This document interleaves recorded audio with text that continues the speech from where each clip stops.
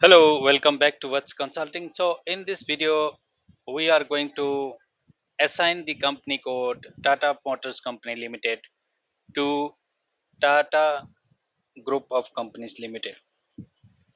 Okay, so for assigning the company code, we have to go through OX160 code and we'll just position the cursor here. We'll put the Tata Motors Company Limited company code and this in this Tata Motors Company Limited, we will assign the company code that is TGOCL.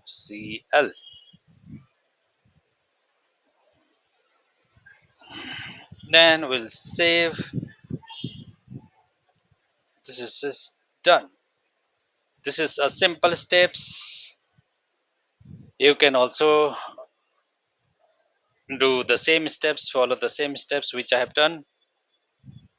And if you have any questions, please comment on the question box. I'm happy to answer all your questions. Have a good day.